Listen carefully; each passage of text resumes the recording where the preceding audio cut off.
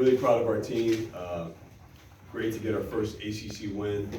And, Boston College, they're still getting healthy. They're a little beat up, but, proud of the overall effort. Our defense was really good finally when we could string some stops together. Thought it translated into some good offense for us. We're still getting acclimated playing with each other too. This has been a tough stretch, a lot of games, more games than practice. And we just need to keep building. Quick turn around again for Tuesday. But I want to say Jalen Blakes, man, he's done, a big time job for us. He's come in every game, giving us energy.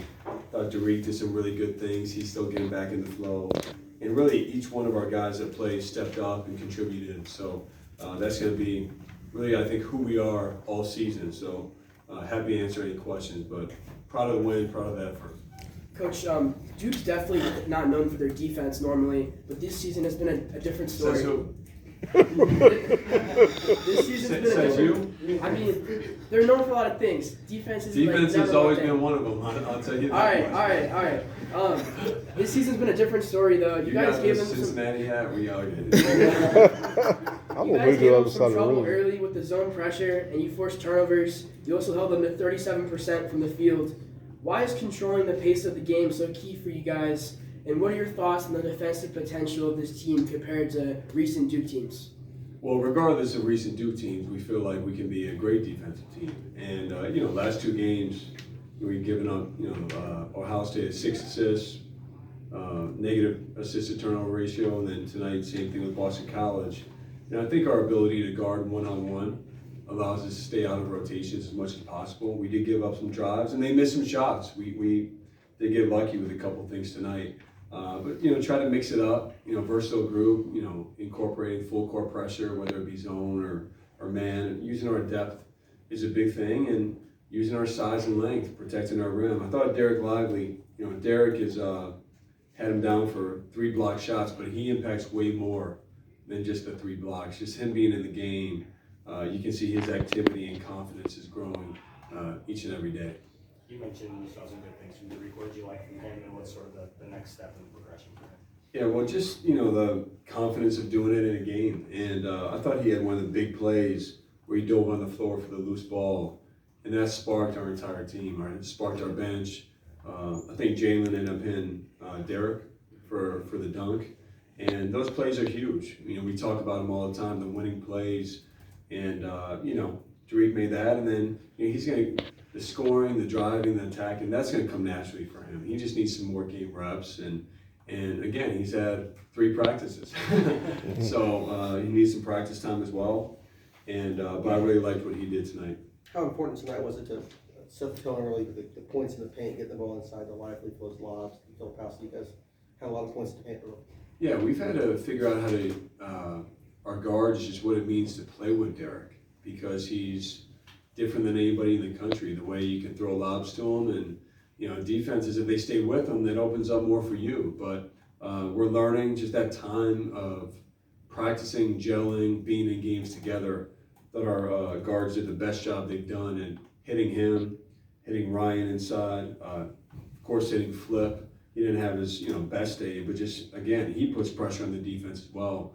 So we need to continue to play to our strengths. We need to continue to figure out who is the hot hand that day and play through them. So we'll have to continue to grow with that for sure. How important was it for a young team that's coming together to come off an emotional game on Wednesday night and then come out and kind of control the game throughout tonight? Yeah, it's a big deal. I mean, it's been, look, we're not the only ones when I say this. There are a lot of teams that have tough stretches, and but consistently, we've played in some tough games with really either 0-day prep, 1-day prep, or 2-day. And so for our guys to kind of figure it out on the fly a little bit, I think it says a lot about their character, their maturity, and really how each game it's somebody else stepping up.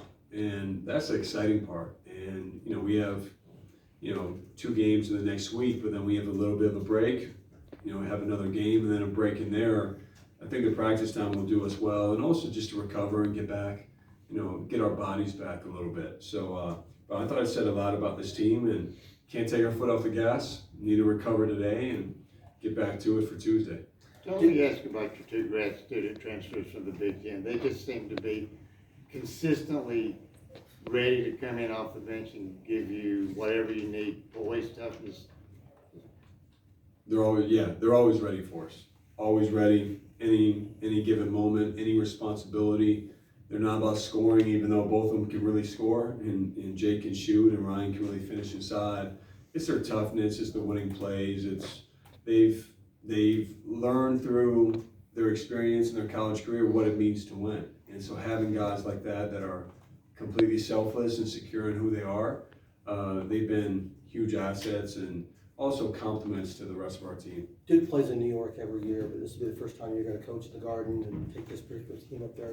How important is this trip for you guys? Yeah, it's a special thing going up to the Garden. It's always. We were talking the other day. I think as a player, I've been there. Remember how many times I'm putting you on the spot these days?